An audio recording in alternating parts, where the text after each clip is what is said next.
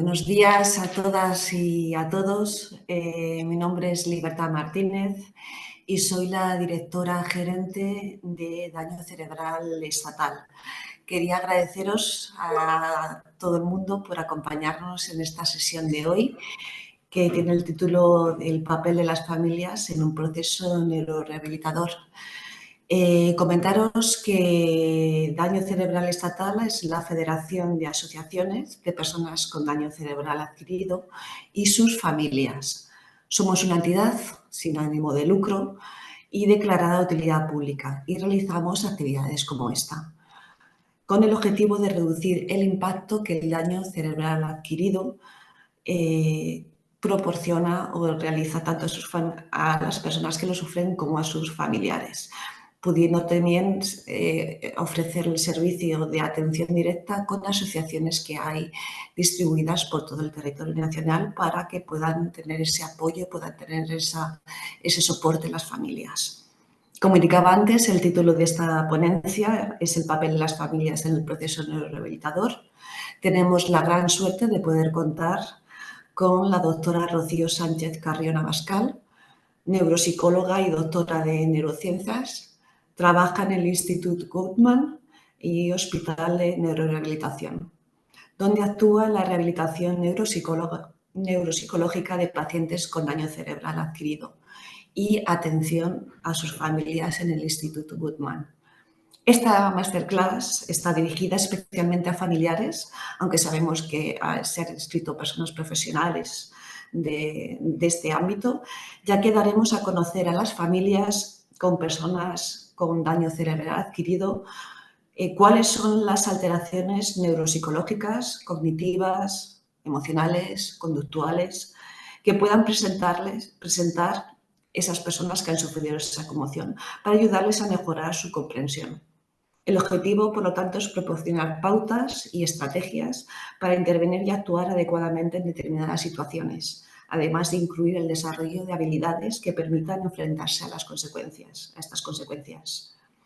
Quería indicaros para finalizar que el Instituto Estatal de Formación sobre Daño Cerebral es una plataforma de formación sobre daño cerebral adquirido desde un enfoque multidisciplinario y con un sentido muy práctico. Esta masterclass, que ya nos lo habéis comentado algunos, va a estar colgada en el instituto, donde también se pueden encontrar otros cursos y formaciones. Y sin más, os dejo con la doctora Rocío Sánchez Carrera Abascal para que pueda comenzar la sesión. Bienvenida, Rocío. Muchísimas gracias, Libertad. Como comentabas, yo me voy a centrar en hablaros sobre el papel de la familia, pero antes de hablar del papel de la familia, me gustaría el poderos explicar, ¿no? Las consecuencias que tiene el daño cerebral, no únicamente en la persona que ha sufrido el daño cerebral, sino el impacto que este tiene en todo el entorno familiar. Sabemos lo difícil que es en muchas situaciones la sensación de soledad que muchas familias tienen en este proceso, y por tanto en este sentido, voy a intentar bajar esto, perdón, en este sentido me voy a centrar también a explicaros toda aquella repercusión emocional, cómo podéis estar viviendo esta situación con el objetivo de ayudaros a llevar mejor las consecuencias del daño cerebral.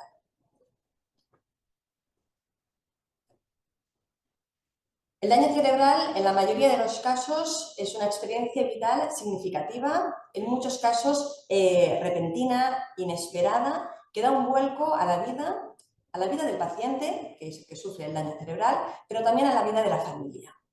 Y que además una de las características de esta lesión es que las consecuencias no son inmediatas, las consecuencias no las vemos desde el primer momento, sino que muchas veces van a ir apareciendo a lo largo del tiempo, y eso hace que implique una dificultad para las familias muchas veces a adaptarse, a entender lo que está ocurriendo, porque precisa una flexibilidad por parte de la familia para ir entendiendo pues, estas consecuencias que tiene a corto, a medio y a largo plazo. Independientemente de cuál sea la etiología, independientemente de cuál sea la lesión, independientemente de la gravedad de la misma, al familiar lo que le importa es su paciente. el suyo, el que tiene cerca, el que ha vivido y es que está sufriendo las consecuencias de este daño cerebral. Y en eso nos tenemos que fijar, en los profesionales, para intentar ayudar a estas personas a llevar esta situación de la mejor manera posible. Esta frase es típica, es quizá probablemente la primera que Powell en el año 94 se fijó, no tanto los pacientes, que son los que hasta ese momento recibían toda la atención médica, sino también las familias. Porque realmente no hay individuos con lesión cerebral, sino en realidad son familias que están afectadas por esta lesión. El impacto que el daño cerebral tiene en el entorno familiar depende de muchísimos factores. Obviamente depende, en primer lugar, de la naturaleza y la gravedad de las alteraciones. No es lo mismo una persona que esté en un estado de vigilia sin respuesta, una persona que esté con un grado de dependencia muy elevado, con falta de autonomía, por una afectación física que le impide pues los desplazamientos, las transferencias. No es lo mismo aquella persona que quizá pueda caminar, pero igual no recuerda las cosas que tiene que hacer. O aquella persona que es muy impulsiva y que comporta una serie de alteraciones a nivel conductual. Evidentemente, las alteraciones que vaya a tener el paciente es el factor fundamental a la hora de cómo va a impactar el daño cerebral en la familia. Pero también, obviamente, es importante el tiempo de evolución. No es lo mismo tener una familia que acaba de recibir el diagnóstico de la lesión hace de 3, 4, 5 días, que aquella persona que lleva 3 meses o aquella persona que quizá lleva 3 años o 30. ¿Vale? Otro factor que es fundamental, la cohesión familiar previa. Familias hay muchas y en cada familia hay de todo, ¿no? Hay familias que son muy unidas y que ante una lesión familiar se unen aún más. Hay familias que la lesión lo que hace es pues alterar las dinámicas previas. No es lo mismo que un daño cerebral ocurra en una pareja que recién se acaba de ir a vivir juntos, de un matrimonio que lleva 40 años conviviendo. O no es lo mismo tener una situación del daño cerebral en una situación de una familia que esté prácticamente a punto de divorciarse. Las actitudes y las creencias de la familia también nos va a influir en cómo cada uno de los miembros de la familia va a llevar esa situación. Personas que son más positivas, más negativas, quizá con alguna creencia religiosa que le pueda ayudar o no en llevar todo este proceso. ¿Cuáles son las estrategias de afrontamiento de la familia? Y otro factor, obviamente no podemos obviarlo, que es los recursos. Los recursos que disponga la familia nos pueden ayudar mucho a sobrellevar mejor las consecuencias del daño cerebral. Y estábamos hablando de recursos económicos. No es lo mismo tener una familia que dispone de medios económicos o dispone de ayudas económicas o de personal que le puede facilitar el tema de las transferencias, del cuidado, de poder estar con el paciente, de aquella otra familia que no lo tenga. Pero no solo es el recurso económico, sino también es el recurso social. Si la familia dispone de entorno social que le pueda ayudar, que le pueda echar un cable, con el que pueda confiar, ¿vale? O si únicamente la familia es un miembro que tiene que asumir absolutamente todas las funciones. Y cada una de las familias, o yo diría mejor, cada miembro de la familia reacciona de forma diferente. Nosotros, como profesionales, vemos a familias que tienen unas altas expectativas de recuperación y que creen que en 4 días la persona va a volver a ser la de antes. Tenemos otras familias que están abatidas, que están desoladas, que están confusas, que están totalmente desbordadas ante las noticias de la lesión cerebral. Hay familias que entienden bien las consecuencias del daño cerebral, que entienden la situación, que comprenden lo que le está ocurriendo al paciente, mientras que hay otras familias que no entienden nada. No entienden lo que les explicamos, que a veces entienden lo que ellos quieren entender, lo que ellos quieren oír, no lo que nosotros les estamos diciendo. Incluso hay familias que no nos quieren ni escuchar, que no quieren oír lo que nosotros estamos diciendo. ¿Por qué? Porque es doloroso, porque es muy duro y a veces prefieren no saber antes de recibir malas noticias. Hay familias que la relación con el equipo profesional es de plena confianza, que confían en todo el equipo, de los médicos, de rehabilitadores, de enfermería, de los diferentes profesionales que trabajamos en la rehabilitación. Pero tenemos familias que desconfían, que siempre están diciendo que quizá no lo estamos haciendo bien, que quizá el paciente no avanza porque el profesional no trabaja bien, ¿vale? Hay familias que buscan segundas opiniones, que buscan tratamientos milagros. Y esto a veces implica una reticencia por parte del profesional de, ostras, es que esta familia no lo entiende, es que esta familia se niega a aceptar las consecuencias, es que esta familia, en realidad, la familia está reaccionando como puede. Y nosotros no tenemos que pretender como profesionales que vosotros entendáis las cosas a la primera ni de la manera que nosotros pretendemos, sino que en realidad los profesionales nos tenemos que poner en vuestro punto de vista y entender por lo que estáis pasando. Entender cuál es la situación en la que estáis y por qué actuáis o reaccionáis de la manera que lo estáis haciendo. En ese sentido, sabemos que hay una serie de procesos, una serie de fases por la que pasan muchas familias. El shock, la esperanza, la realidad, la aceptación y el ajuste. Ahora veremos cada una de ellas, pero lo que es importante, por un lado, para el profesional, saber este familiar en qué momento está, ¿vale? Y a los familiares también nos interesa saber en qué momento estáis. Porque a veces esto nos ayuda también muchas veces a entender muchos factores. Obviamente la fase inicial es el shock.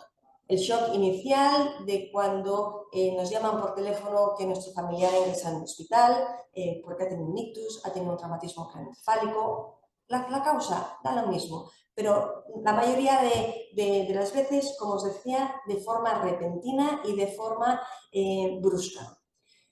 Esto a la familia le genera, obviamente, mucha angustia, mucha confusión, porque nos están dando mucha información que no entendemos a nivel de términos médicos, a nivel de situaciones. Si el daño cerebral ha sido un daño cerebral grave, nos están hablando de riesgo vital, de que quizá la persona no sobreviva las primeras 24, 48 o 72 horas. Esto, obviamente, es un shock emocional impresionante para la familia, que crea frustración, desamparo y todas esas emociones tan intensas, tan fuertes, tan duras, y que en el fondo en ese momento la familia lo que quiere es que sobreviva, hacer todo lo posible para salvar la vida de mi familiar, hacer lo que sea para que siga aquí. Poco a poco quizá la persona se va estabilizando, médicamente cada vez necesita menos tubos, menos goteros, vemos que la persona médicamente va saliendo de peligro y esto da una sensación de alivio, de uff, ya hemos pasado lo peor. Y esto al mismo tiempo nos van hablando quizá de que hay posibilidades de hacer rehabilitación y esto obviamente abre la puerta a la esperanza, con unas expectativas de mejora que aunque ya nos van diciendo, bueno, ya veremos cómo va a ir yendo, ya veremos hasta dónde puede avanzar, la familia lo que entiende es que el paciente ha pasado la fase crítica y se pondrá bien. Se pondrá bien porque ya ha salido lo peor. A veces en esta fase nos hablan de pronósticos, a veces no queremos que nos hablen de pronósticos. A veces no queremos saber nada, sino simplemente es vamos adelante, vamos a salir de esta y ya verás que pronto todo irá bien. Cuando la persona llega normalmente ya a un centro de rehabilitación, cuando ya han pasado unas semanas, quizá algunos meses, y la familia se va dando cuenta de que el proceso de rehabilitación no es tan rápido como pensaba, que está costando más que la persona vaya avanzando, poco a poco va siendo más consciente de su situación y empiezan a aceptar los cambios. Ya empiezan a entender que hay cosas que han cambiado, que quizá la persona ya no vuelva a ser la misma, que va a tener una serie de dificultades motoras, cognitivas, de conducta, y en este momento, bueno, es el momento en que ya hay que empezar a pensar, en trabajar en el duelo por la pérdida de las cosas que nuestro familiar ha ido perdiendo. La realidad, nos damos cuenta ya que el proceso es mucho más lento de lo que nos habíamos pensado, pero que además va a haber unas consecuencias que quizá hasta ese momento no nos habíamos dado cuenta, y esto nos puede crear pues, unos sentimientos de depresión, de rabia, de culpabilidad por no hacer todo lo que está en mis manos para que el paciente avanza, por culpabilidad de no poder dar más de mi parte. Ha pasado tiempo, han pasado semanas, han pasado meses, y por tanto también vamos sufriendo las consecuencias del aislamiento social, de que cada vez tenemos quizá menos apoyo, aquella aluvión de llamadas que teníamos al principio, pues poco a poco se van distanciando, cada vez son menos frecuentes, y esto es un toque de realidad que es duro, que es muy duro, y que es en el momento en que la persona puede ir empezando a hacer cambios para ir adaptándose y ajustándose a lo que será el futuro. La fase de ajuste es la última fase en esta respuesta emocional, y hay que decir que no todas las familias consiguen llegar a ella. Dependerá de vosotros, dependerá de este proceso que estéis haciendo. Podemos pasarnos el resto de nuestra vida lamentándonos de lo que nos ha pasado, de lo que hemos perdido, de la situación que la vida nos ha tocado y que hemos tenido que vivir, o podemos empezar a trabajar para reajustar nuestras expectativas, para redefinir los roles, para ir cambiando cosas y conseguir llegar a un momento en que digamos, ¿no? Nuestras vidas ahora son muy diferentes. No tiene nada que ver quizá con la vida que teníamos antes, pero la que tengo ahora está bien, ¿vale? Y esto nos va a aportar una calidad de vida que obviamente va a ser el objetivo que entre todos, profesionales y familiares, obviamente tenemos. El daño cerebral tiene un impacto para cada uno de los miembros de la familia. Por un lado, una confusión delante de los síntomas neuropsicológicos. Hasta la fecha no sabíamos cuáles eran las alteraciones cognitivas, no teníamos ni idea de la repercusión emocional o conductual que podía tener un daño cerebral. Y además se va juntando con el cansancio y la frustración por la situación en la que estamos viviendo. A nivel familiar hay cambios en la reestructuración de los roles, hay cambios en las expectativas. Depende también de qué parentesco tengamos con la persona afectada, si es nuestra pareja, si es nuestro padre, nuestra madre, si es nuestro hijo, si es nuestra hermana. En este sentido, también el grado de parentesco o la situación vital en la que estemos. Si vivimos con nuestros padres, si es el padre que tiene el daño cerebral o ya no vivimos con ellos, todo esto nos va a marcar cómo cada uno de nosotros vivimos este daño cerebral. Y una cosa que es muy importante, y es que no todos los miembros de la familia lo viven de la misma manera. Y ojo, porque esto a veces conlleva a conflictos entre los restos de la familia.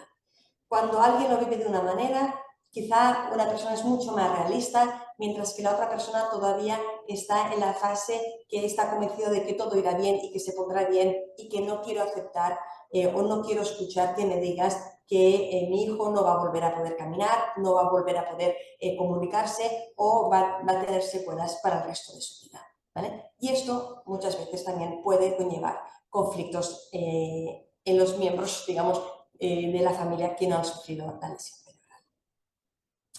Os decía, muchas veces tenemos una confusión respecto a las alteraciones neuropsicológicas.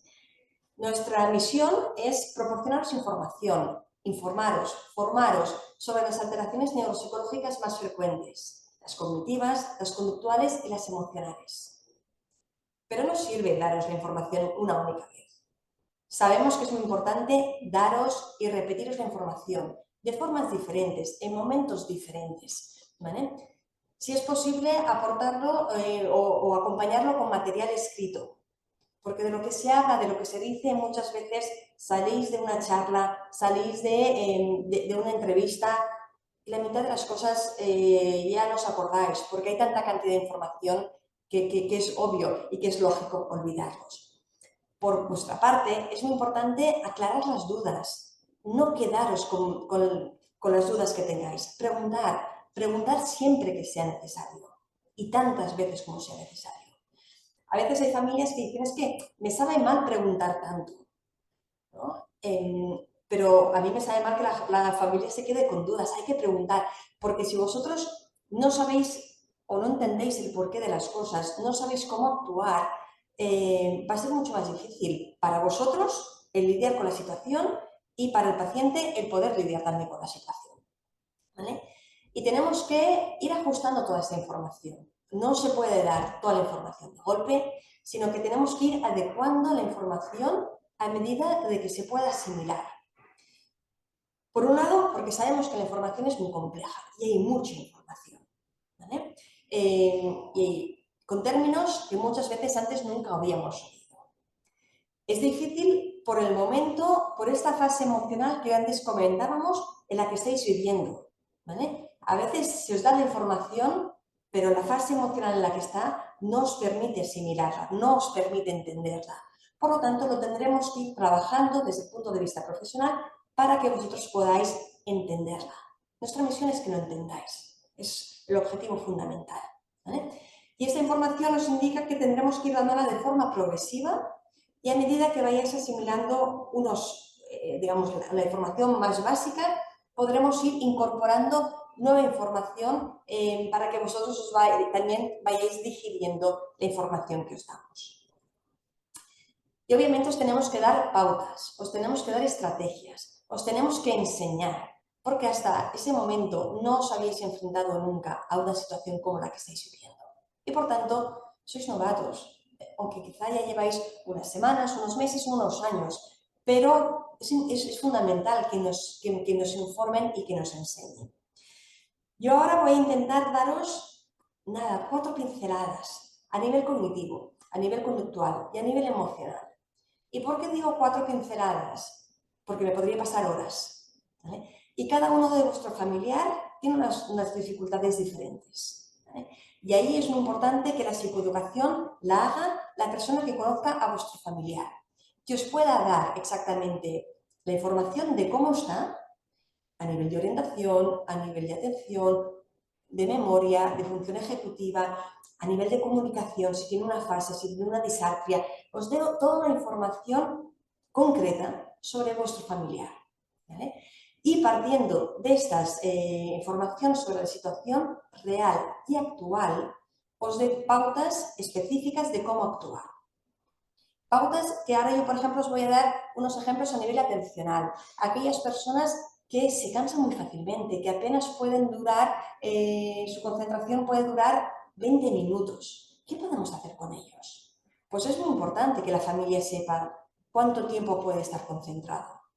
Porque si su concentración dura 20 minutos, no podemos llevarlo al cine a ver una película, ¿vale? No podemos llevarlo invitar a gente a comer a casa que van a estar 3 horas, porque no va a poder seguir toda la actividad.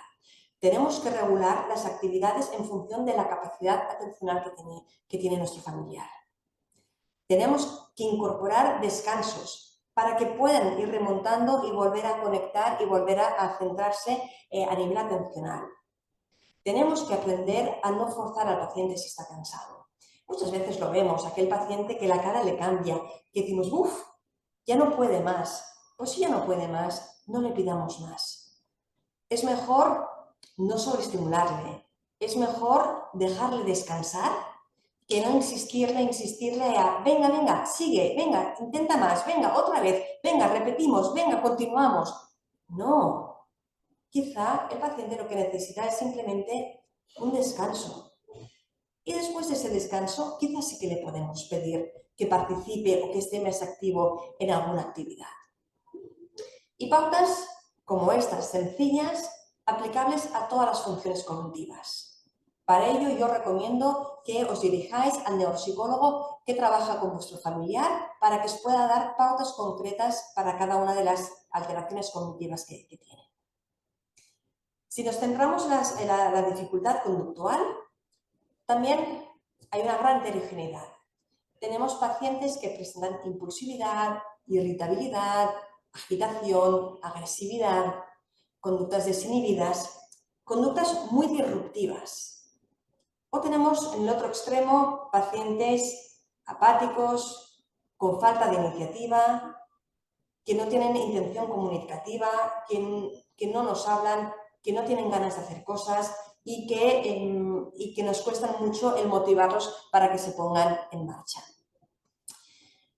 Una cosa que yo quiero dejar claro es que la conducta que nosotros vemos en el paciente, por un lado tiene que ver con los rasgos de personalidad de la persona, rasgos previos, tiene que ver con la lesión cerebral, que en algunas ocasiones incrementan, aumentan o exageran los rasgos de personalidad previa, pero a veces nos los cambian radicalmente. Y podemos tener una persona que era tranquila y ahora es impulsiva. O una persona que antes era un poco irritable, tenía un poco de pronto y ahora salta de forma desproporcionada en cualquier situación. Pero tenemos que tener en cuenta que hay dos factores, que es el déficit cognitivo y es el contexto, que también influyen en la conducta que nosotros vemos en el paciente.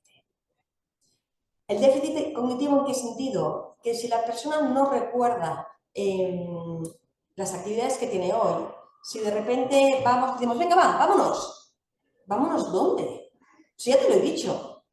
¿Qué no te acuerdas que te lo he dicho? Si te lo acabo de decir hace 5 minutos.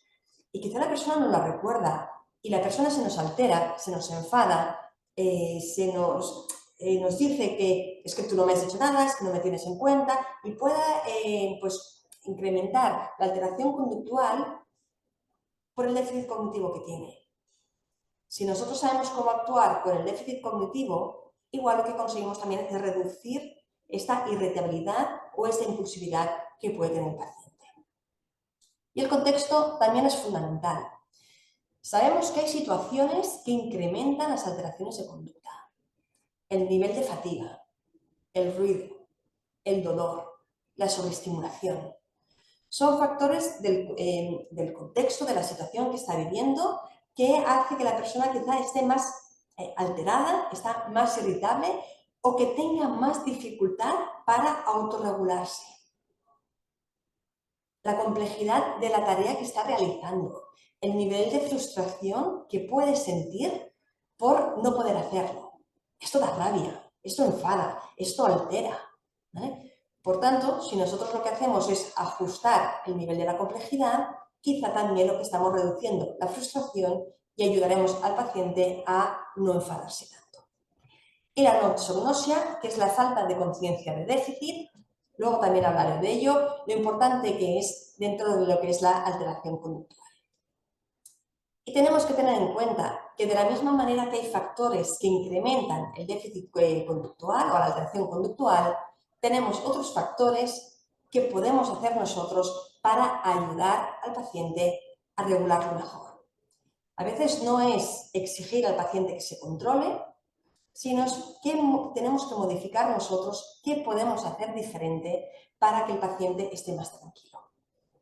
Pautas como intentar no convencerlos, como intentar no llevar la contraria, sino tener un poco de mano izquierda para poder llevar mejor esa situación, llevar al paciente a nuestro terreno sin que se dé cuenta que estamos en contra. Es decir, al final tenemos que entender que el paciente tiene su visión, que él entiende o ve las cosas desde su perspectiva. Entonces no podemos pretender que se dé cuenta de cuál es la realidad, que las cosas no son como él las ve. Sí que nosotros tenemos que intentar mirar desde su ángulo, tenemos que cambiar nuestra perspectiva para ayudarle a entender mejor qué es lo que está ocurriendo y cómo regular mejor esta conducta. A nivel emocional, obviamente el daño cerebral puede repercutir negativamente en el estado emocional de nuestro familiar. ¿vale? Con síntomas depresivos, ansiosos o con otras alteraciones como la indiferencia afectiva, que parece que todo le da igual, que parece que nada lo motive, que nada le haga ilusión, que no estén ni contentos ni cuando nosotros hacemos un esfuerzo para ir a verlos, ni recibimos una sonrisa, ni recibimos una alegría, o tenemos a aquel otro paciente que está llorando y a la mínima le saltan las lágrimas. Tenemos que entender el porqué de todas estas reacciones emocionales en nuestro familiar. Por un lado, la lesión cerebral puede afectar cómo el paciente regula sus emociones, ¿vale? De la misma manera que puede provocar una disfunción ejecutiva, también nos puede provocar una dificultad en la regulación emocional. Pero tenemos que tener en cuenta el efecto psicológico que tiene a nivel emocional el daño cerebral en aquellas personas que se dan cuenta de las dificultades que tienen, cuando se frustran porque las cosas no salen como ellos querrían o como ellos desean, cuando se dan cuenta que la situación quizá no es solo actual, sino que es para el futuro, cuando no saben cmo va a ir el futuro, cuando tienen miedo de ¿podré volver a hacer esto? ¿Podré volver a trabajar? ¿Podré volver o no lo podré volver a hacer nunca más? Obviamente, a nivel emocional es una situación muy dura. Pues igual que para vosotros, para los familiares, el saber que vuestro familiar va a tener unas dificultades que lo van a limitar en su día a día, si el paciente se da cuenta, si el paciente es consciente de todos estos cambios, obviamente es muy duro a nivel emocional. Y luego hay otro factor que tampoco podemos obviar, que es todo el apoyo psicosocial que tiene o que no tiene la familia, ¿vale? A lo largo de todo el proceso, a veces se pierden amigos, se pierden conocidos. Si la persona ha dejado de trabajar, ya no tiene todo el contacto social que tenía previamente a nivel laboral. Ya no tiene, si no puede hacer algunas aficiones como tenía antes, deja de tener el contacto con todas aquellas personas con las que iba a hacer ciclismo todos los fines de semana o que se iba a jugar al ajedrez. Con lo cual deja de tener contacto con estas personas y esto lo que va es reduciendo cada vez más su entorno psicosocial y esto pues también tiene una merma en el estado emocional del paciente. Entendiendo todo este proceso, por un lado porque vosotros estáis viviendo y las dificultades que tiene el paciente, sabemos que es importante y nuestro objetivo siempre es trabajar para intentar mejorar todas estas alteraciones neuropsicológicas que os he ido comentando, ¿vale? Desde el punto de vista profesional y dando pautas a las familias para que también ayudéis al paciente a trabajar, ¿vale?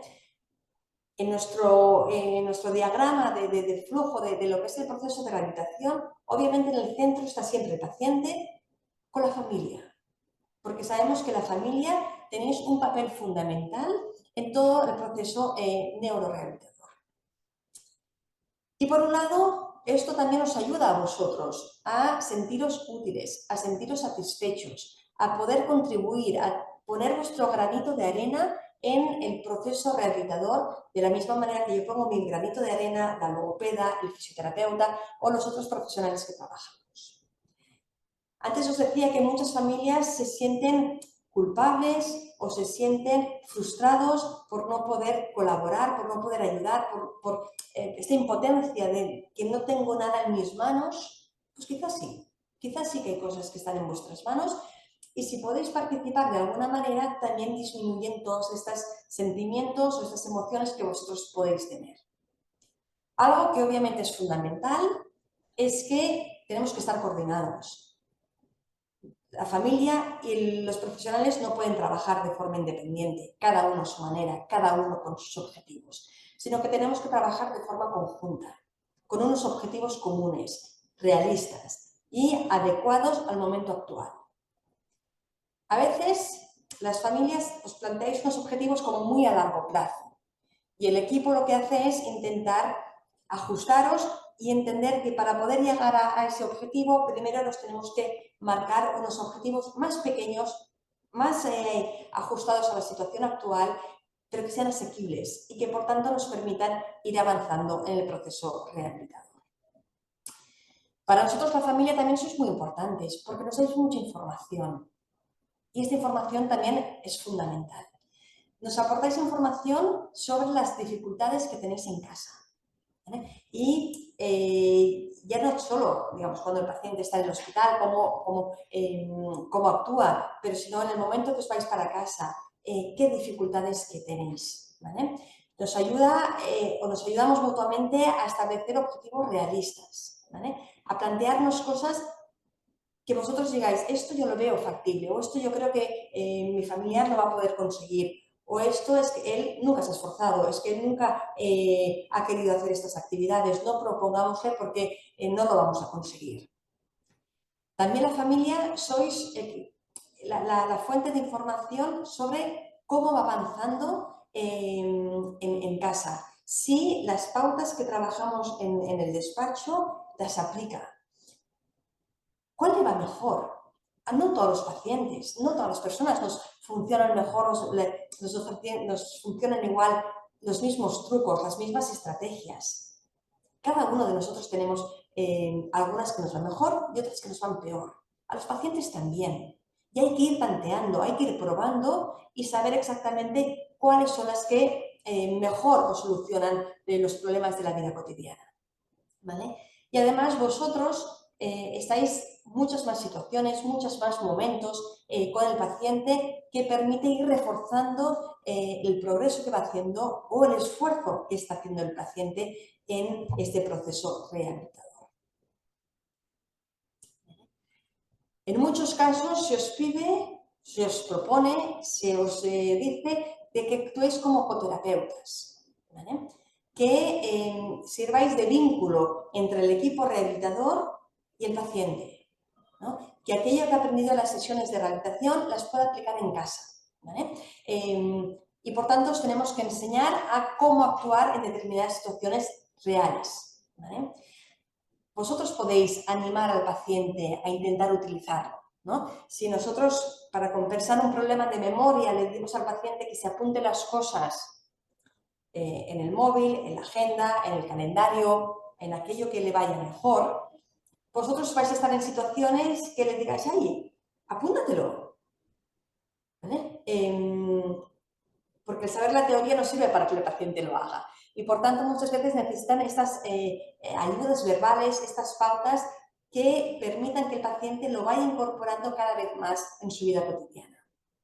Con el objetivo de incrementar la frecuencia en la que repite una actividad, que lo vaya repitiendo en más situaciones y, por tanto, cuanto más amplia sea el momento en que el paciente esté practicando aquella actividad, más fácil va a ser que generalice los beneficios de la rehabilitación a la vida cotidiana.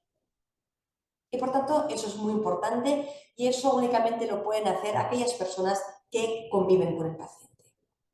Pero también como coterapeutas, nosotros solemos tener algún interlocutor, una persona de referencia o dos, con las que son las que acuden al centro, que son las personas que suelen o convivir con la paciente o realmente pues, compartir las cosas con el equipo, ¿no? Pero luego la familia es mucho más extensa, hay más personas, hay amigos y vosotros nos podéis servir como de vínculo para poder transmitir estas pautas que os damos y poder transmitirla al grupo de amigos y decirle, mira, cuando esté con vosotros, si hace esto, actuar de esta manera, actuar de esta otra, y por tanto vosotros también podéis actuar transmitiendo la información de manera que el paciente le vaya ayudando, ¿vale? Pero una cosa que es fundamental y es que la familia no puede dejar de ser familia. Sois familiares, sois la pareja, el padre, la madre, el hijo, el hermano. No sois terapeutas, no sois profesionales. A nivel de familia me refiero el darle el apoyo, el escucharle, la parte emocional, no únicamente el pretender que el paciente se esfuerce, que trabaje, que no podemos estar todo el día pidiéndole que haga cosas, ¿vale? Para eso estamos los profesionales. Y a veces el familiar que asume el rol de coterapeuta se olvida de que es familiar. Y esto yo os diría que no lo olvidéis nunca porque en realidad es vuestra función, ¿vale? Sabemos que la implicación vuestra es fundamental dentro del proceso rehabilitador. También sabemos que la reacción emocional adversa y los conflictos que vosotros podáis tener internamente con diferentes miembros de la familia, con el equipo de la rehabilitación, puede dificultar el establecer los objetivos adecuados y, por tanto, puede dificultar que el paciente vaya avanzando, ¿vale? Y sabemos, y está demostrado, que el funcionamiento familiar predice el outcome de la persona. Aquellas familias que saben cómo actuar y que ayudan al paciente va a ayudar a que el paciente evolucione mejor y que se adapte mucho mejor a la situación y aprendáis entre todos a sobrellevar mejor, a convivir mejor con las consecuencias del daño cerebral, ¿vale? Por ello, dentro del objetivo de la rehabilitación, nosotros cuando trabajamos con el paciente tenemos unos objetivos, cuando trabajamos con la familia también nos marcamos unos objetivos para ayudaros a las familias a trabajar todos estos aspectos emocionales para ajustaros y para ayudaros a llevar mejor esta situación. Entendemos que hay unas emociones que sintáis, como la rabia, la frustración, la preocupación, con unos sentimientos a veces de incongruencia, de por qué estoy triste si debería estar contento, porque ya he conseguido que mi familiar hable y empiece a decir algunas palabras, pero me siento mal porque no se comunica tan bien como antes.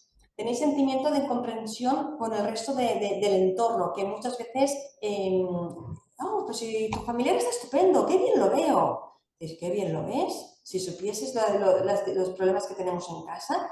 Y esto obviamente os genera a vosotros mucha repercusión, que es normal, que no sois bichos raros, sino que es normal tener todas estas emociones y en parte son necesarias para poder seguir trabajando en este proceso de adaptación y de ajuste al daño cerebral, ¿vale? Y en este sentido, nuestro trabajo a nivel profesional es ayudaros a tener esas estrategias de afrontamiento, a saber cómo actuar y a proporcionaros el apoyo emocional que necesitáis en cada uno de los momentos, porque las cosas pueden ir cambiando a lo largo del tiempo.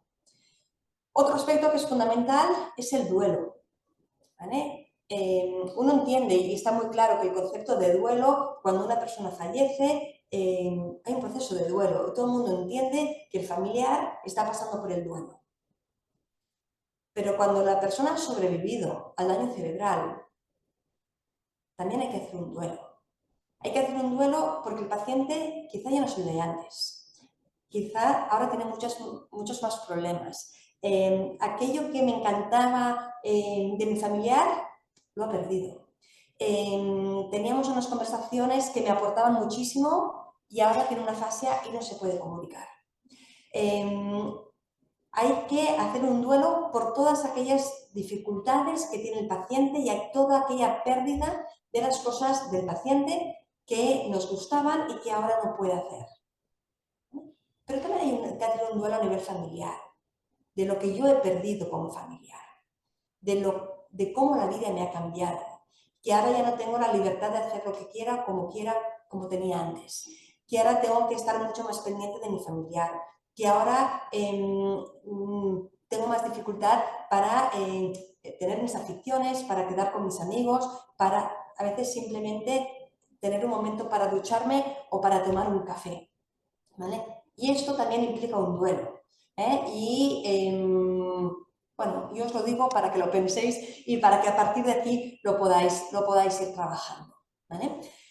Y en este proceso de adaptación que yo os decía, en este proceso de duelo, hay muchas cosas que han cambiado a nivel personal, a nivel familiar, a nivel social.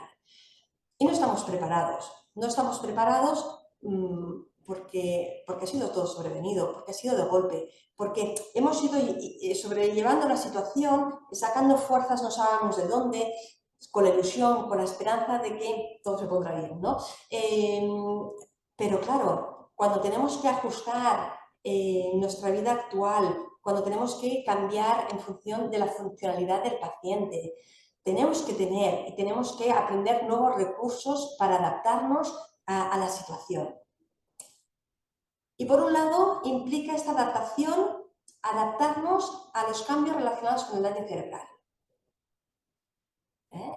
Saber que pues mi familiar quizá ahora no puede trabajar, no puede cocinar, o necesita ayuda para ir al baño, o necesita ayuda para lo que sea. Pero también tenéis que prepararos, la familia, para adaptarse a la discapacidad. Y aunque esto parezca lo mismo, no es lo mismo. Porque a veces hay personas que dicen, ostras, yo me adapto a los cambios. ¿No? Y entiendo la situación que lleva mi familiar y entiendo que necesita una silla de ruedas para desplazarse. Y la llevo y me he manejado y en casa estamos adaptados, hemos hecho obras en el baño para poder entrar, lo tenemos todo y nos hemos ido adaptando a la silla de ruedas y a todas las otras consecuencias. Pero cuando de repente a esta familia le dicen o se para a pensar que su familiar no va a poder ir en moto nunca más, ¿no? Dice, ¿cómo que no? Ostras, no me lo había planteado nunca. Y sabe que la persona está en silla de ruedas. Y eso no tiene ninguna dificultad, se ha adaptado bien, pero no en la repercusión que puede tener a nivel funcional en otras muchas cosas. ¿Vale? Por tanto, son procesos, aunque muy relacionados, son procesos diferentes. El daño cerebral ha implicado muchos cambios en vuestra autonomía y en la del paciente, ¿no? A nivel del cuidado personal, a nivel del cuidado emocional, a nivel de un montón de cosas que quizá hasta ese momento el paciente era autónomo.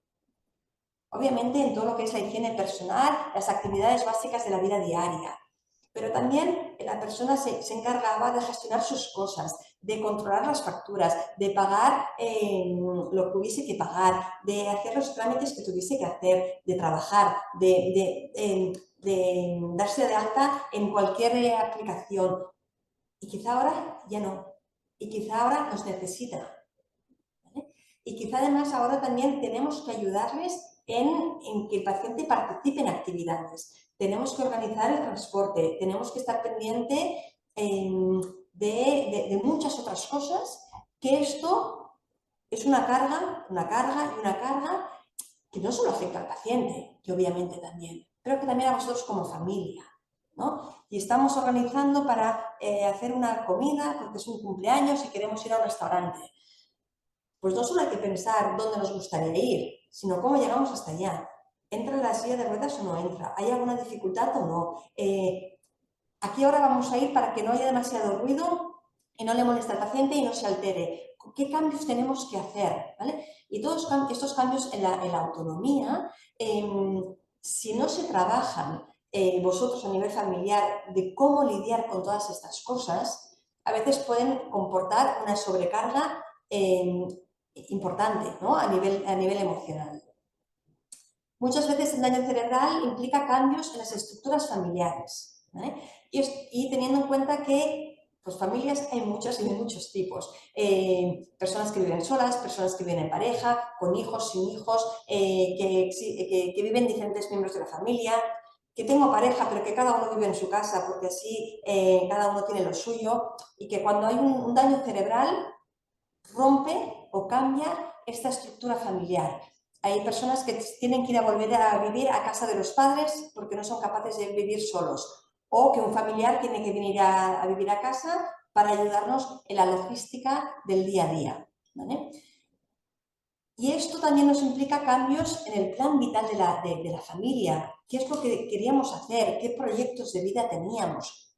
Ya no a nivel individual, sino a nivel familiar, ¿no? El rol que cada uno de nosotros tiene en la familia. En la mayoría de las familias, cuando hay varias personas, pues cada uno se ocupa de unas cosas. En la logística familiar, en la logística del día a día, en quién se ocupa de hacer la reunión con el colegio, quién se encarga de ir a comprar. Todo esto implica cambios que tenemos que ir asumiendo. Cambios en la forma de comunicarnos, en que quizá ahora yo tengo que tomar todas las decisiones porque no puedo contar con mi familiar para compartirle mis dudas, no le puedo expresar todos los problemas que tenemos, no le puedo explicar las dificultades económicas por las que estamos pasando, porque lo voy a angustiar más, lo voy a provocar más, y esto implica que me genera más estrés, porque implica que me voy asumiendo más cosas, ¿no? Y cómo me cambian las actividades en las que yo voy haciendo y las actividades familiares que tenemos. Esto implica muchos cambios, cambios de roles, nuevas responsabilidades, la presión psicológica que pueda sentir, el sobreesfuerzo que tengo que hacer para llevar a hacer las cosas y el cansancio que ello comporta, el no dormir bien por las noches, la dependencia del paciente, si además tiene cambios de personalidad o no quiere hacer las cosas, el aislamiento social, un duelo quizá no resuelto. Bueno, un montón de cosas que esto implica un estrés, una fuente de estrés familiar importante que puede llevar a la sobrecarga del cuidador y obviamente afectar muy negativamente en la calidad de vida del familiar. Y en ese sentido sabemos que hay que cuidar todas estas cosas y tenemos que entender que hay factores que influyen en que nosotros podamos ayudar o ayudar menos y quizá liberarnos un poco de toda esta presión que acabamos de ver. Obviamente va a depender, ¿no?, del grado de autonomía que pueda tener el paciente, pero también de la conciencia de déficit. Aquel paciente que sabe lo que le pasa, que es consciente de las dificultades, es una persona agradecida, es una persona que valora el esfuerzo que está haciendo la persona de al lado, que reconoce bueno, pues el sobreesfuerzo que implica, ¿no? Pero aquella persona que no es consciente de sus limitaciones. Al final el familiar es el malo. El que no le deja cocinar, el que no le deja trabajar, el que no le deja conducir, el que no le deja salir solo de ahí de casa, el que no le deja. A veces no entienden que es que no le dejan porque no lo puede hacer solo. Entonces, allí la conciencia de déficit que tenga el paciente puede ser un factor determinante en vuestra experiencia como cuidadores, en vuestra experiencia como cómo poder ayudar al paciente. Porque aquella persona que tenga poca conciencia de déficit va a ser mucho más difícil que acepte que vosotros le ayudéis. Y para eso, comentarlo con el profesional que le lleva para ayudarle, para entre todos ayudar a incrementar esta conciencia de déficit y que vea esta necesidad de ayuda. Y por otro, obviamente, también es el cómo afrontar las estrategias, las estrategias que vosotros tenéis. Y en ese sentido nos podéis encontrar en diferentes situaciones. Si queréis que el paciente se vista solo, si queréis que el paciente empiece a cocinar, si queréis que el paciente haga actividades por él mismo, a veces tenemos que ajustar qué le pedimos, qué nivel de dificultad, cómo regulamos la actividad para ayudar a que el paciente lo pueda hacer. ¿Vale? No decirle, hazlo tú, sino que muchas veces nos implica un esfuerzo por nuestra parte. Pero también a veces tenemos que pensar, ¿vale la pena? ¿Este sobreesfuerzo que le estamos pidiendo al paciente le va a servir de algo? ¿Le va a ayudar? ¿Vale? ¿Me va a valer la pena a mí el esfuerzo que tengo con la poca energía que tengo para que lo haga? ¿O en esta situación concreta y con el tiempo que tengo, prefiero hacerlo yo y dedicar a otras cosas que quizá te vayan a ser más útiles? Y en ese sentido, la intervención de la neuropsicología tiene que ver no solo, como os decía, con el paciente, sino también con la familia, de forma individual, con un familiar, con varios miembros del equipo. Se pueden hacer diferentes técnicas o diferentes aproximaciones, las de coeducación, que os he comentado antes, de cómo actuar y qué cosas podemos hacer, consejos familiar o terapia familiar para trabajar esas diferencias de opinión que puedan haber entre los diferentes miembros y solventando diferentes situaciones.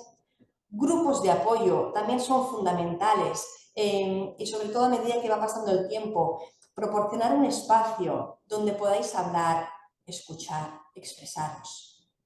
Vuestras inquietudes, vuestras preocupaciones, vuestras emociones, vuestras expectativas. Compartirla con otras personas que hayan pasado por la misma situación. Eso es fundamental. Yo antes os decía que muchas familias se sienten incomprendidas por el resto de la sociedad, pero alguien que haya pasado por lo mismo, obviamente le va a ayudar, ¿vale? Y aunque cada uno tengáis vuestra cosa y tengáis vuestras situaciones y cada uno sea diferente en las consecuencias del daño cerebral, vuestra vida y el cómo repercute en vuestra vida, el poder compartir estas experiencias realmente es un factor fundamental, ¿vale? Que realmente os ayuda y yo os invito a hacerlo siempre, siempre que podáis. Y en ese sentido, me gustaría también diferenciar como dos grupos de apoyo diferentes. Uno son los grupos de apoyo guiados y dirigidos por un profesional, donde hay un profesional que os va a dar información, pautas, estrategias, de saber cómo actuar, que va a permitir que compartáis estas experiencias, bueno, que entre unos y otros os vayáis ayudando, pero un poco guiado por este profesional. O están los grupos de ayuda mutua, que son es un espacio entre iguales, un espacio entre personas que estáis pasando por una situación parecida, viviéndola quizá de otra manera, pero que la experiencia de otros os puede servir a vosotros en cómo llevarlo y cómo ayudaros, ¿vale?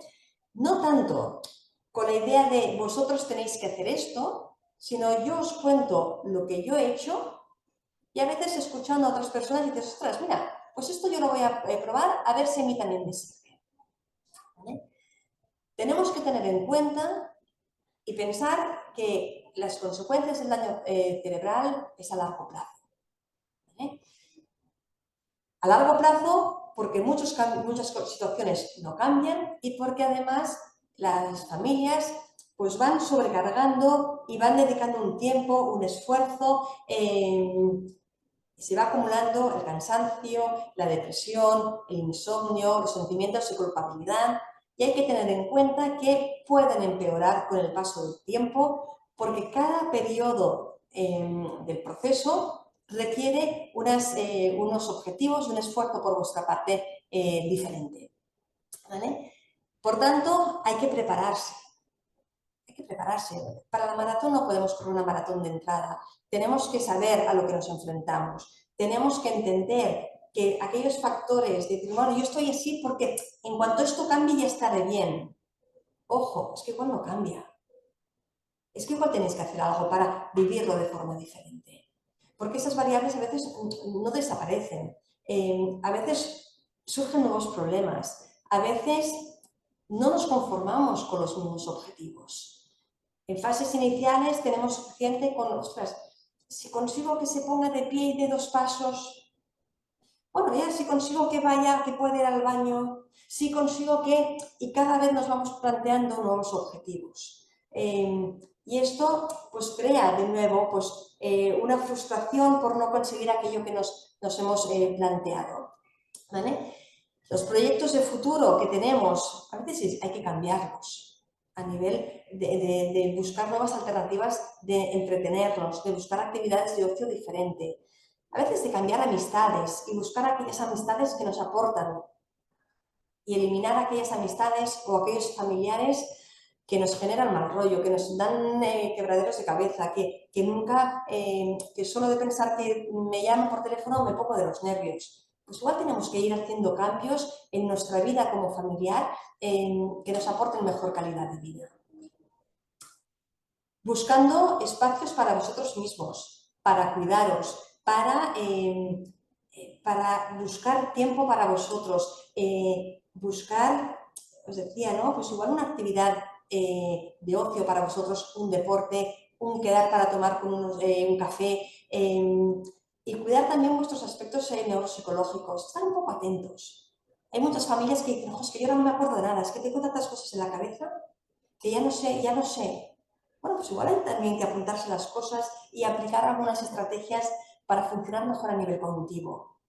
O estáis más irritables, más impacientes, saltáis a la primera, la pagáis con vuestro familiar porque ya estáis cansados de la situación y pues igual esto también lo tenéis que ir trabajando. Y obviamente vuestra parte emocional, cómo lidiáis con todas estas circunstancias, cómo lidiáis con todas estas emociones que van cambiando a lo largo del tiempo y os tenéis que ir adaptando y os tenéis que ir amoldando y ajustando a lo que viene. Buscar cambios, ¿no?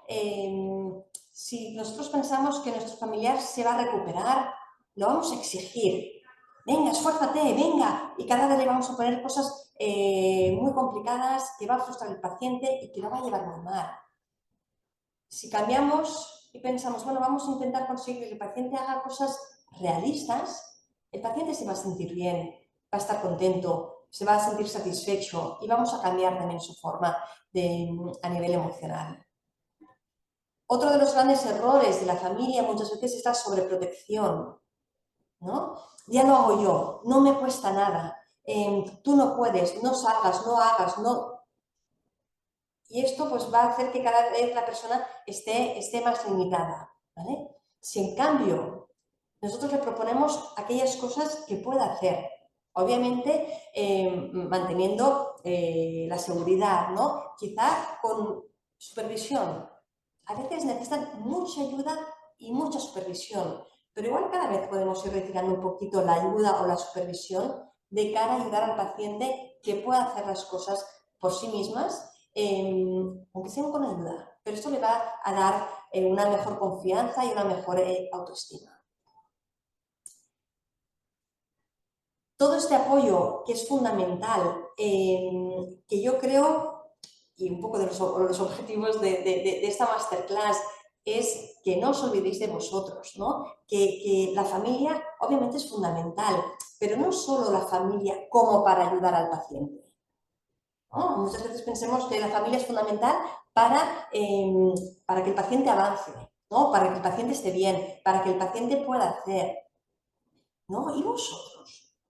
Pensar en vosotros. ¿Qué necesito yo como persona? ¿Qué puedo hacer yo para estar mejor conmigo mismo? Para estar mejor en la situación que me ha tocado vivir. ¿Cómo puedo lidiar mejor en esas situaciones? Y para ello, si no lo tenéis, yo os diría pedir ayuda profesional.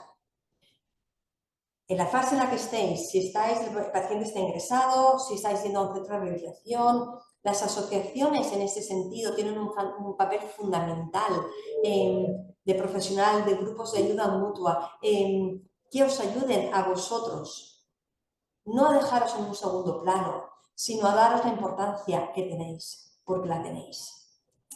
Y ya para acabar, una última diapositiva que me gustaría acabar pensando que a veces la vida no se acaba, ¿no? Y que los pacientes con daño cerebral pueden seguir avanzando, pueden seguir avanzando en muchos proyectos de la vida y que a veces también se pueden plantear construir su propia familia, ¿vale? Con las dificultades que esto puede entrañar, con las consecuencias del daño cerebral, sobre todo las alteraciones neuropsicológicas, de conducta a nivel cognitivo. Pero, bueno, en los últimos años hemos tenido varios pacientes que han tomado la difícil decisión de yo no quiero renunciar a aquello que yo me había planteado como paciente, de quiero ser padre, quiero ser madre. Eso es muy difícil para el propio paciente y es muy difícil para la familia de asumirlo, ¿vale? Y en unos casos es posible, en otros casos no es posible, ¿vale? Pero yo quería acabar un poco esta charla no solo pensando en las familias que han sufrido el daño cerebral en el momento que lo han sufrido, sino en todos aquellos bebés que van naciendo, que van creando nuevas familias, que desde el momento en el que nacen van a estar conviviendo con una persona con daño cerebral.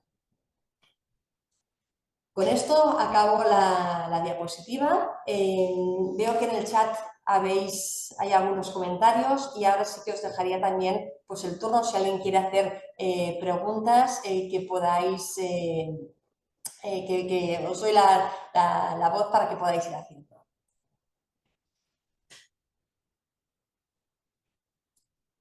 Veo que una de las preguntas tenía que ver con si los grupos de ayuda mutua, si los GAM, deben contar con apoyo profesional. Yo os diría que a veces sí y a veces no. Depende de cómo el grupo esté organizado. Lo que sí que debe haber con una persona que sea el moderador. Es decir, tiene que haber una figura sea profesional o sea de un experto, que sepa cómo llevar un grupo, ¿vale? ¿En qué sentido? A veces dentro de los grupos tenemos personas que quieren hablar de lo suyo y solo cuentan lo suyo y no quieren escuchar a los demás. Pues en un grupo hay que hablar de forma que todos puedan participar, hay que respetar el turno de palabra, hay que respetar la opinión de los demás, no hay que juzgar, no hay que discutir, no hay que intentar imponer tu opinión. Y entonces, si la persona del moderador es capaz de ir modulando, que todos vayan participando, que todos puedan expresar sus sentimientos, sus opiniones, quizá no sea necesaria la parte del profesional. Nosotros en Goodman sí que contamos con un profesional en estos grupos de ayuda mutua que nos permite, sobre todo al iniciar un grupo, marcar un poco cuáles son las normas, cómo actuar, cómo fundamentar y además pues hacer la bienvenida a la gente nueva y de forma progresiva este profesional va manteniendo como un rol más secundario porque en realidad los protagonistas sois vosotros, sois los participantes. Compartir estas experiencias y aprender a cómo lidiar con las situaciones, escuchar a los demás y ver cómo lo han hecho y ver si esto os puede servir para mejorar vosotros en vuestro día a día, en vuestra calidad de vida y en el fondo, pues teniendo este espacio para compartir, realmente os puede ir ayudando.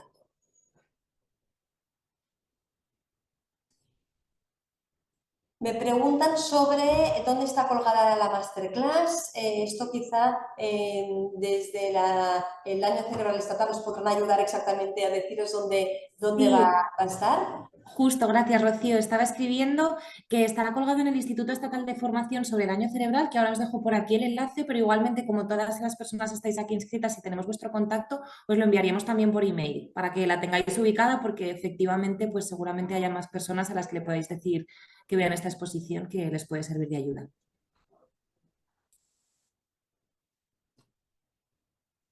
Y no sé si alguien tiene alguna dudas y preguntas, seguro que tenéis muchas. Y como os decía antes, no os las quedéis para vosotros, ¿vale? No os las quedéis para vosotros, preguntadlas a quien sea, pero la duda genera incertidumbre. Si os dan una solución o os dan una pauta, esto os puede ayudar. Están haciendo la pregunta de decir, en su opinión, ¿quién debería coordinar la atención, la información y el cuidado de las familias cuidadoras? Tengo la impresión que las familias que no han pasado por un centro de asistencia subaguda no han recibido información de la necesidad de autocuidados, ¿vale? Totalmente de acuerdo que hay muchas familias que no tienen esta información, muchas familias que cuando les llega la información es tarde, que bienvenida, siempre es bienvenida, ¿no? Pero que es muy difícil y depende de dónde vivamos, depende de dónde, al centro que nos asignen, depende de muchos factores. No todo el mundo tiene acceso a esta información, ¿vale? Yo desde el punto de vista de las alteraciones neuropsicológicas, que es la que yo me he intentado centrar, porque obviamente es mi especialidad, pues yo creo que el neuropsicólogo pues es la persona idónea que puede ayudar a las familias a entender muchas cosas. Y para nosotros, y aquí en Goodman, nosotros, el neuropsicólogo también es psicólogo clínico. A veces en algunos centros yo sé que la figura está diferenciada. Por un lado está el neuropsicólogo y por otro lado está el psicólogo clínico. Nosotros funcionamos de una manera integral. Para mí, como neuropsicóloga, es fundamental entender los aspectos cognitivos que tiene el paciente, los conductuales y los emocionales, y poder trabajar con este proceso de adaptación, este proceso que tiene que hacer el paciente para plantearse objetivos realistas, para no frustrarse, para poder llevar la vida de la mejor manera posible. Y desde mi punto de vista, el mismo profesional que trabaja con el paciente es el que tiene que hacer esta intervención en la familia, ¿vale? Porque al final conoces al detalle las características del paciente, con lo cual vas a poder ayudar muchísimo más a las familias, ¿no? A saber, mira, claro, es que esto le ocurre porque esta situación que me estás diciendo tiene que ver con esta dificultad neuropsicológica. Oye, ¿verdad que en casa le ocurre esto? ¿Cómo lo sabes? Es que es lógico. Si tienes dificultad neuropsicológica, en casa va a repercutir de esta manera. Con lo cual, para mí, es fundamental que esté integrado en la misma persona. Nosotros aquí en el Instituto Guttmann es el equipo de neuropsicología, los neuropsicólogos, que nos encargamos de hacer esta intervención en paciente y familia. Sí que es verdad que luego hacemos intervenciones grupales, donde estamos con diferentes miembros de diferentes familias que quizá no trabajas tú directamente con ellos, pero sí que sabes las dificultades por las que están pasando.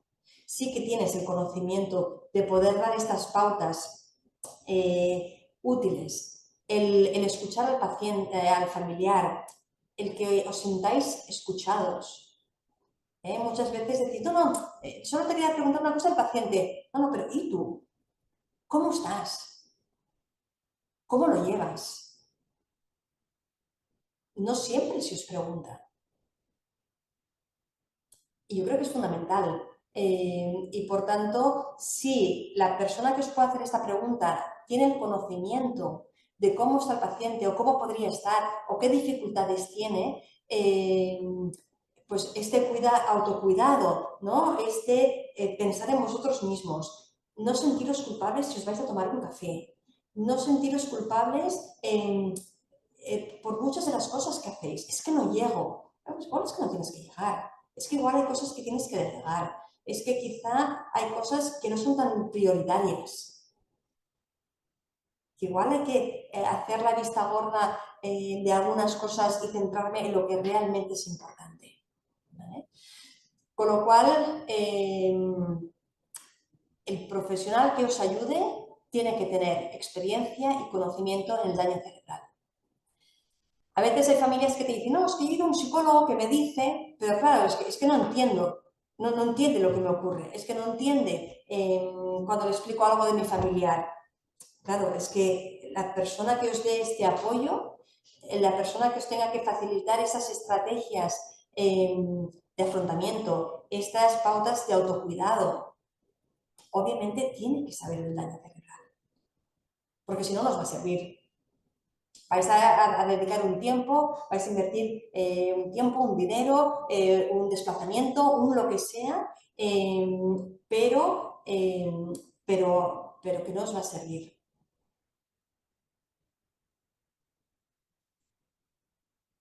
Aquí hay un comentario, ¿no? Que dice, cuidamos nosotros, en mi opinión, si no nos cuidamos nosotros, no vamos a ser capaces de dar el apoyo diario que necesita el paciente, ¿vale? Sobre todo a nivel emocional.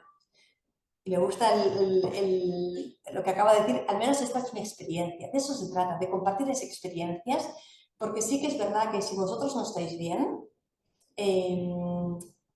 nada va a ir bien, ¿vale? Todo va a repercutir. Vosotros sois un miembro más de la familia y obviamente el daño cerebral juega un papel fundamental, pero el que vosotros llevéis la situación como la lleváis también es un papel fundamental en vosotros y en el resto de los miembros de la familia.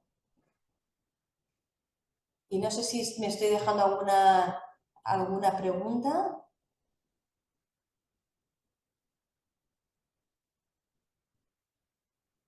Yo creo que no. Bueno, sí que aquí hay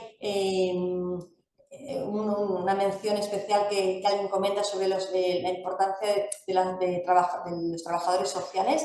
Evidentemente, todos formamos parte de un equipo y muchas veces pues el trabajador social, ¿no?, es el que tiene información de recursos, sean recursos administrativos, económicos, ideas de dónde pueden hacer cosas, tienen información sobre las diferentes asociaciones, qué actividades pueden realizar y, por tanto, todo aquello que os puede facilitar en las fases, sobre todo, ya no tanto en la fase hospitalaria, en la fase de rehabilitación, sino en el futuro, ¿no?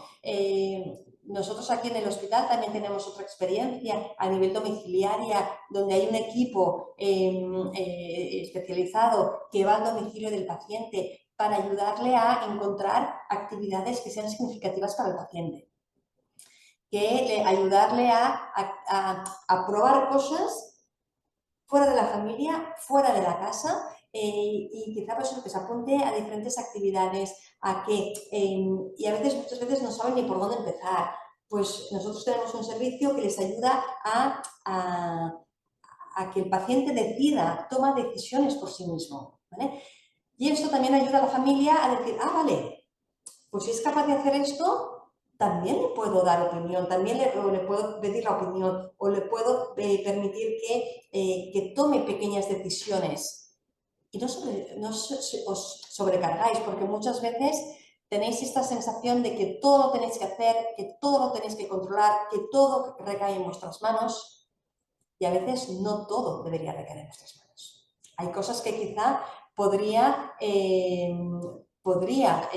el paciente que podría hacer una parte o todo, igual podéis contar con otras personas, con lo cual yo también os diría que dejaros ayudar, pero sabiendo eso, la importancia que tenéis vosotros, que en muchos casos os soléis dejar de lado, ya es igual, yo voy tirando, yo voy haciendo, yo estoy bien, yo voy tirando. Lo importante es mi familiar, ¿no? Y al final, pues vosotros sois tan importantes como vuestro familiar, ¿vale? Aquí comenta, ¿no? La fase de ajuste es la más difícil de alcanzar. Esta fase en la que yo os decía, ¿no? Decir, nuestras vidas ahora son diferentes. Acaban comentando, ¿no? Cuando uno llega a esta fase de ajuste, uno aprende a ser feliz. Muy difícil de llegar, ¿vale? Pero cuando uno está constantemente mirando al pasado, comparando la vida actual con la vida del pasado, echando de menos todo lo que he perdido y fijándome en los problemas que tengo en el día a día, es muy difícil el vivir en esa situación. Pero se puede conseguir de llegar a un momento en el que yo ya no mire tanto atrás, sino que mire para adelante, que avance.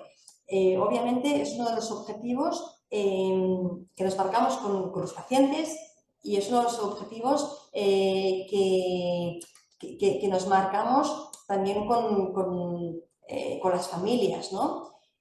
Yo os voy a poner un ejemplo de estas frases que muchas veces te dejan huella, ¿no? De una paciente que tuvo un traumatismo craneoencefálico, yo diría que hace, no sé, 10, 12 años,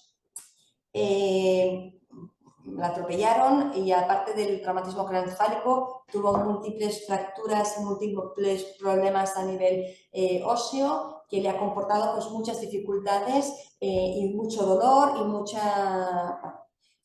A lo largo de todos estos años que yo he ido haciendo un seguimiento con ella y que ha ido pasando por diferentes fases la paciente a nivel personal, ¿no? De frustración por no conseguir lo que tenía, por pensar que quizá tenía que hacer nuevos cambios y plantearse nuevas cosas, con el dolor emocional que implica cada uno de estas luchas. Yo creo que fue hace un par de años, me comentó que en una celebración familiar, yo creo que era su cumpleaños, hicieron un brindis y que ella en ese momento estaba feliz de haber conseguido llegar donde estaba, ¿vale? Habiendo renunciado a muchas cosas y habiéndose planteado nuevos objetivos de vida. Cuando hizo el brindis, ella dijo, bueno, realmente no cambiaría nada de mi vida, soy feliz tal como soy. Y el padre le dijo, hombre, cambiarías el accidente, ¿no? La paciente dijo que no. Dijo, no, porque yo ahora soy quien soy y hago lo que hago gracias al accidente. ¿Vale? Entonces, esto, que alguien sea capaz de llegar a este punto, obviamente es muy difícil, ¿vale? Pero las familias también podéis llegar a este punto de intentar ir más para adelante, de no centraros en lo que he perdido, sino sobre todo en qué me planteo de cara a un futuro y cómo aprendo a sobrellevar mejor la situación que me ha tocado vivir, intentando buscar pequeños buenos momentos que me aporten, que me alegren, que me satisfagan y que me tenga una repercusión positiva a nivel emocional.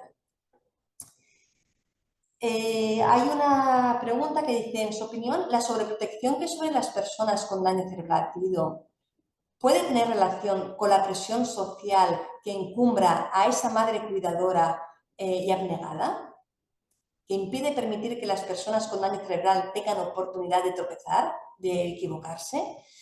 Evidentemente la sobreprotección, antes os he comentado, que es algo que es fundamental evitar. ¿Vale? Es algo que es muy común sobre todo en fases iniciales, sobre todo en el rol de la madre cuidadora. Aunque el paciente tenga 60 años y la madre tenga 85, en este rol de cuidar, de hacer, de intentar hacer las cosas, y sí que es verdad que hay una presión social porque se supone o se presupone que es lo que toca, es lo que hay que hacer, pero ojo, no nos tenemos que llevar por la presión social, porque también es lícito que tengamos un momento para nosotros, es lícito que aprenda a volver a dar rienda suelta al paciente con una supervisión, y a veces esta supervisión implica una supervisión que me va a dedicar mucho tiempo, mucho esfuerzo. Pero si aquella persona que hoy no sabe salir sola a la calle porque no puede, porque se desorienta, yo le ayudo a que aprenda a qué recorrido tiene que hacer para ir a poder comprar pan en la panadería, y lo trabajamos conjuntamente y le enseño cómo hacerlo, y luego le digo que vaya solo y yo voy 2 metros para atrás y luego voy 15 metros para atrás y luego salgo 2 minutos más tarde de casa y luego lo miro desde el balcón, esta persona lo va a aprender a hacer. Con lo cual, esta presión existe, pero hay que aprender a sobrellevarla y que no nos afecte en cómo nosotros lo estamos viviendo.